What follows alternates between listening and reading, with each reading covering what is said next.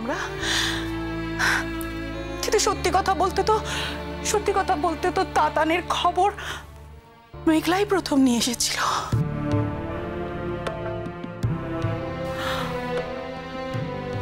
আমার কামার কাছে কামার ছেলেকে তো প্রথম মেঘলাই ফিরিয়ে দিয়েছে। আর আমরা মাঝে মাঝে সেসব ভুলে গেছি। আমরা ভেবে নিয়েছিলাম যে আর এমন কি তাতান হয়তো এমনি ফিরে আসতো, মেঘলা আর এমন কি করলো তাই না?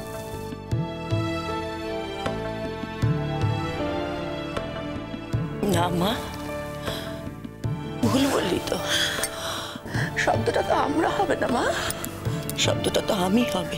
আমি আমি আমি আমি তো জানি, আমি তো দেখেছি দিনের পর দিন তুই কিভাবে মেঘলার পাশে দাঁড়িয়েছিস, ওকে আঁকড়ে থেকেছিস। বাড়ির প্রত্যেকে যখন ওর এগেনস্টে গেছে তুই কিভাবে লড়াই করেছিস, ওর জন্য আমার চোখের সামনে সব ঘটেছে মা। আমি তো সব জানি।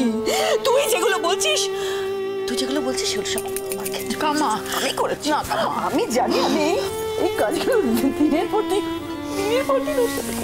দিদি দিদি কাঁদবেন না দিদি। দেখুন, যখন একটা বিপদ এভাবে এসেছে তখন আমাদেরকে সবার বাড়ির সবাইকে দাঁড়াতে হবে।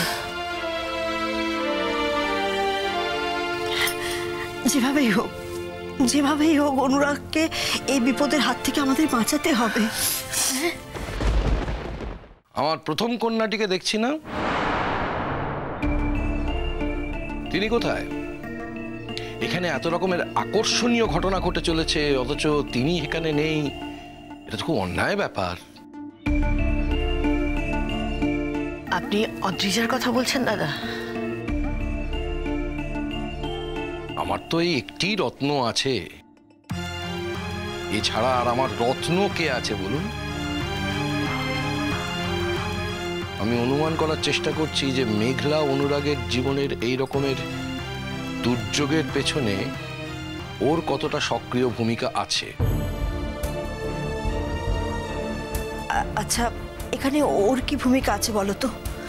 সব ব্যাপারে দিদিকে না জানালে কি তোমাদের চলে না? না মানে এখানে টুয়াই তো একাই 100, দিদির আর কি দরকার আছে? আমি তোমার মেয়েকে বিশ্বাস করি না মহুয়া,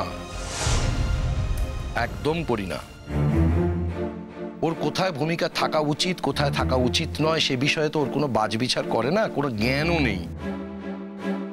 এবং মেঘলার এত বড় ক্ষতি করার সুযোগও এত তাড়াতাড়ি হাতছাড়া করবে এটাও আমার মনে হচ্ছে না।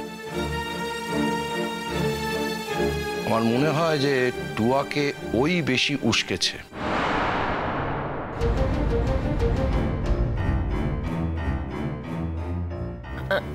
না দাদা, অদ্রিজা তো মানে সারাদিনই রান্নাঘরে ব্যস্ত থাকে, খুব মন দিয়ে সংসার করছে। ও রান্না বান্না নিয়ে থাকে, ও বাইরে তো একেবারেই বেরোয় না। ওকে তো টুয়াকে উস্কোতে গেলে তো ওকে বাড়ির বাইরে বেরোতে হবে। আপনার পক্ষে না আমার মেয়েকে অ্যাসেস করা সম্ভব নয়। আপনি জানেন না, ওর যদি দরকার পড়ে, ওর যদি মনে হয়, তাহলে ও শেষ রাতের দিকেও বেরোতে পারে, পাঁচিল টপকে বেরোবে, সম্ভব ডেসপারেট। আচ্ছা, আমরা তো মেঘলার বিপদে অনুরাগের জন্য কিছু করতে পারি কিনা তার জন্য এখানে এসেছিলাম। আর তুমি নানান রকম কথা টেনে নানান রকম আলোচনা। মেঘলার যে কোনো বিপদে তোমার বড় কন্যাটির নাম উঠে এসেছে, সে থেকেছে, সে তৈরি করেছে, এ ব্যাপারগুলো তো তোমার অজানা নয় মহুয়া। সেই জন্যই বারবার করে ওর নামটা উঠে আসছে। কি ব্যাপার বলুন তো? ত্রিসীমানায় দেখছি না কেন? ও রান্নাঘরে আছে দাদা।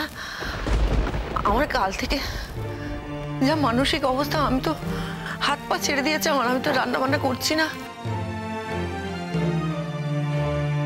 তাই ও রান্নাঘরে। যাক, তবু ভালো। আমি ভাবলাম আমি এসেছি শুনে ও ত্রিসীমানায় ঘেসছে না। একটা কথা বলি এগুলা মা, কান্নাকাটি করে নিজেকে দুর্বল করো না।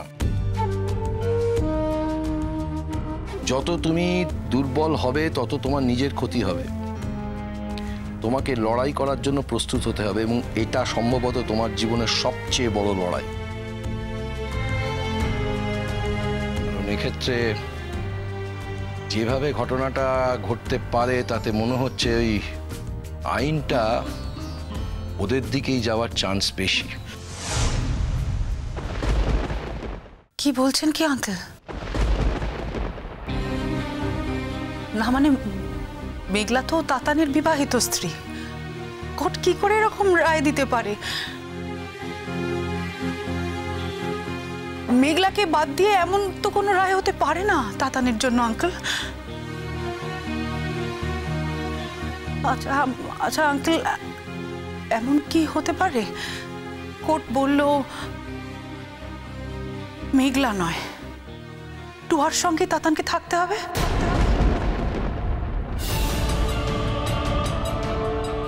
দেখো মা, কি হতে পারে সেটা তো আমি জানি না, তবে কেসটা যে সাজাচ্ছে সে চাইছে যে করেই হোক অনুরাগের জীবনে ঢুকে পড়তে, অনুরাগের স্ত্রীর অধিকারটা আদায় করতে, এবং সেটার জন্য সে প্রচন্ড লড়াই করবে। লড়াই আমাদেরও করতে হবে। লড়াইয়ের মাঠে নেবে পিছিয়ে যাওয়ার তো কোনো মানে নেই, এবং খুব শক্ত হাতে লড়াইটা করতে হবে। শোনো মা, তোমাকে সমস্ত রকম নর্মাল কাজকর্ম করতে হবে, নর্মালি, যাতে ভেতরে শক্তিটা পাও, ঠিক আছে?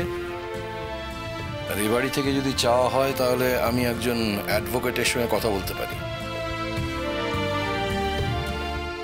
এভাবে কেন আমাদের ছোট করছেন দাদা? চাইলে মানে আপনিই তো করবেন।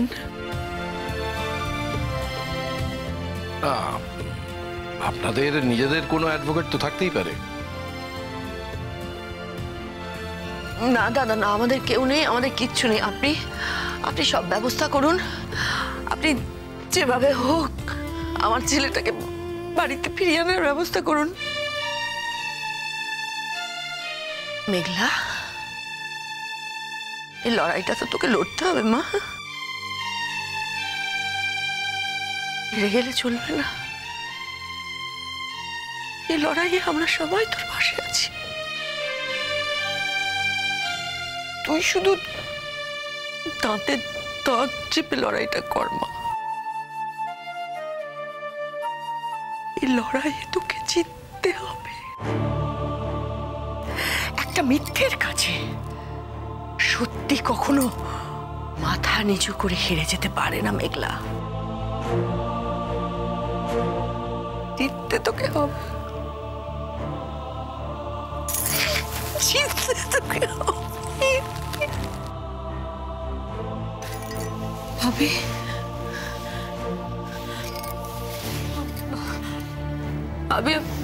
আমি পারবো তো? অনুরাগকে আমার জীবনে ফিরিয়ে আনতে আমি পারবো তো ভাবি? পারবে, পারতে হবে। আমি তোকে আশীর্বাদ করছি মা, তোর জীবনের সবচেয়ে বড় কঠিন লড়াইতে তুই জয়ী হবি।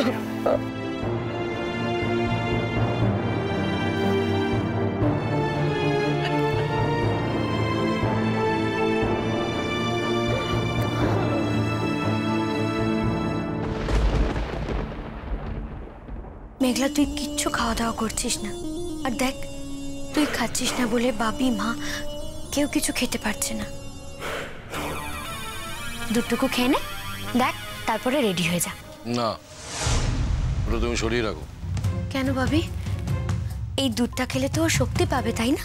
গায়ে জোর হবে ওর। ইতি, মেঘলার সময়টা তো এখন ভালো যাচ্ছে না, তাই আমি সব দিক থেকে একটু সাবধান হতে চাইছি। নদী কাছে